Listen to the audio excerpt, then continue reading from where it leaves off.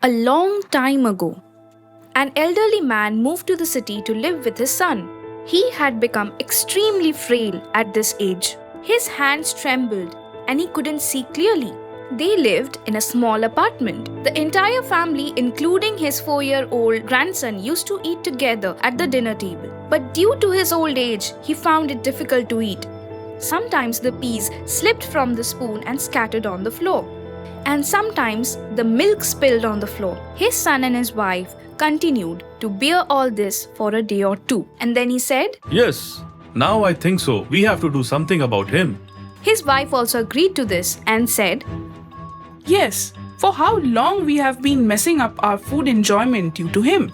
And we can't see our things to be wasted in this way, isn't it? The next day, when it was time to eat, the son placed an old table in the corner of the room. Now the old father had to sit alone and eat his food. Only a wooden bowl was given to him so that no more utensils were broken. The rest of the people ate comfortably as before, and whenever they looked at the elder, his eyes were all dwelled up with tears. Despite this, his son and his wife's heart did not melt, and now they used to say mean things to him for even a minor mistake. Raju, their son, sat there and watched everything. He was playing happily when suddenly his parents noticed him sitting on the ground and doing something. Son, what are you doing there?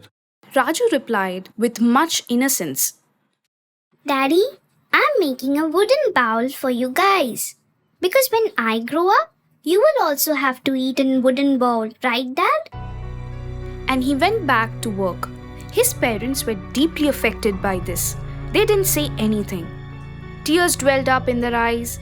They both knew what they needed to do next without saying anything. He invited his elderly father to dinner and never misbehaved with him ever again. We often talk about providing moral education and values to our children, but we forget that true education is hidden in our action and not in words. If we continue to teach our children to respect their elders and others while acting in the opposite manner, the children will learn to do the same. So never treat your parents in such a way that your children will do the same to you and start carving a wooden bowl for you. So true education is in our thoughts. There lived a man named James in a village, Muratok. He used to work in others' fields to earn his living. His wife Stella and his son Robert lived in his family. They were poor but very happy in their life. They used to work hard to earn. Hey Stella, please serve the food fast. I have to go to work early tomorrow. Yeah, sure, just 5 minutes more. After a while, Stella serves the meal and everyone sleeps after eating. Hey, why do you have to go early tomorrow? Dear, tomorrow there is lot of work to do in the field, so I'll go there early. Okay. Now stop talking and go to sleep. The next day, James got to the field before sunrise and starts working. Working, it got evening and dark. James was about to leave the field when he suddenly stepped on a snake, and the snake bit James. James started shouting loudly. Since it was evening, everyone was indoors after getting back from their fields, and so nobody could hear James shouting. After some time, James fell unconscious. Next day, few people came to the field and they saw James lying unconscious in the field. Let's go and check. Villagers go near James. Hey James bro, get up. What happened to you? But James didn't get up.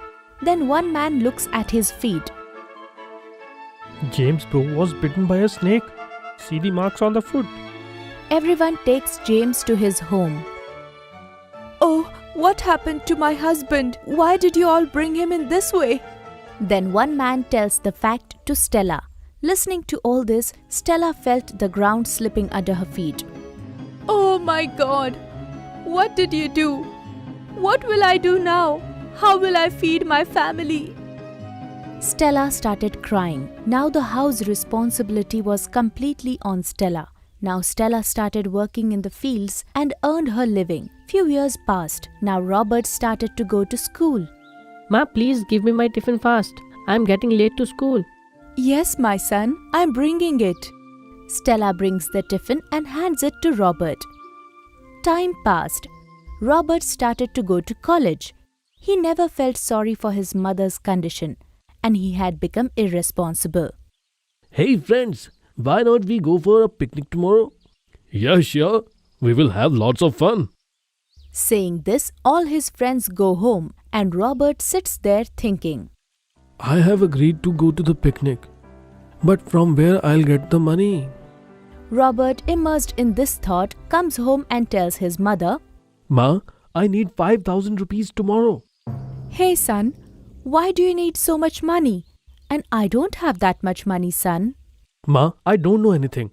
You do anything, but give me money till evening. Otherwise, I will not come home. Hey son, don't do this. I really don't have that much money with me. Ma, do anything. I want the money at any cost. Okay, my son, I will do something. Stella gets worried on how to get so much money. She goes to the owner of her field and asks for half of the money as loan. But even then there was shortage of money. Now Stella goes to her neighbor and asks for some loan. And anyhow she gathers 5,000 rupees. Ma, give me the money. Fast. Yes, my dear son, I will give it to you right now. Stella gives the money to Robert. Both of them go to sleep after having dinner. The other day, Robert leaves with his friends for picnic. Son, be careful and keep your money safe. Yes, Ma. I'm not a small kid now. Robert leaves home and all the friends catch the bus to go to picnic. Robert looks at a girl in the bus and he likes her. Robert starts talking to her. Hi, I'm Robert. What's your name? I'm Grace. After talking to her, he starts loving her. But Grace was a very angry girl. After getting back from picnic, Robert brings Grace his home. Ma, see who is with me. Who is she, son? Stella looks at Grace, but Grace was looking at her angrily. After staying for a while, Grace leaves their house. Ma, did you like Grace? I'm going to marry her. Son, I do not think this girl is good for you. You will find a far better one. You don't teach me. If I ever get married, it will be with Grace. Okay, son, as you wish. You have to spend your life with her. If both of you stay happy, why would anything bother me? After a few days, Robert and Grace got married. One day, Grace started arguing with her mother-in-law. I will not do any work. If you want to do, you can do. Otherwise, leave it. Oh dear, but when I will not be here, you will have to do everything. I will see then. Don't try to teach me.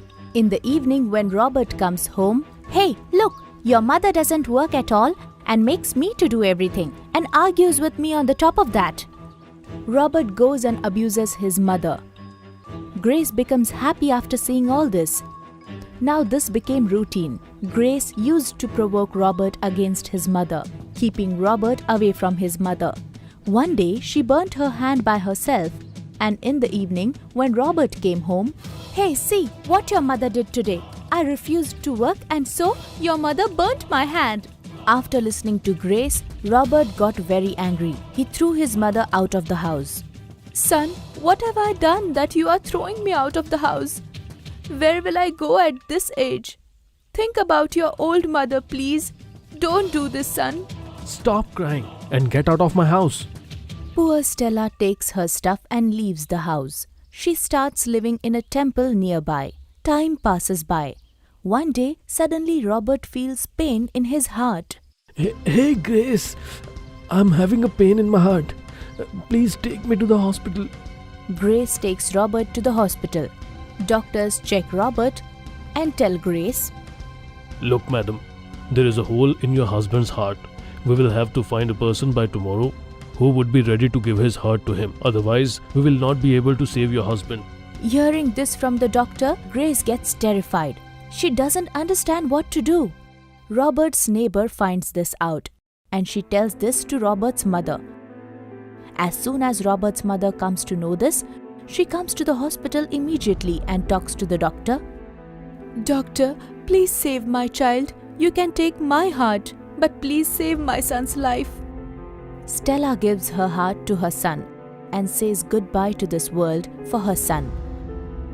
Robert's operation was successful. The other day when Robert gains consciousness, he asks Grace, Hey Grace, what happened to me? Before Grace could say anything, doctors come there. Robert, your operation has been quite successful. You need not to worry at all. But doctor, what had happened to me? You had a hole in your heart. Your mother gave her life to save yours.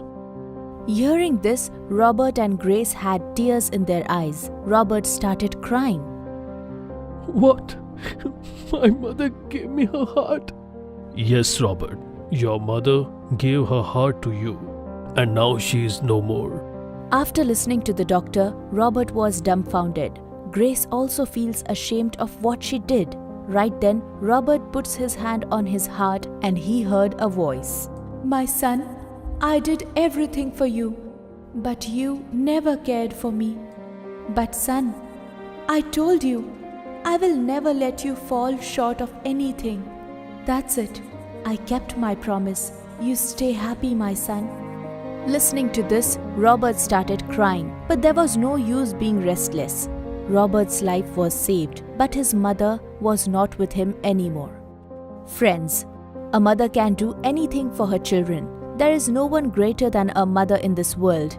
Those who are fortunate to have the love of both mother and father, they are the richest and fortunate people in the world. Always respect your mother and father.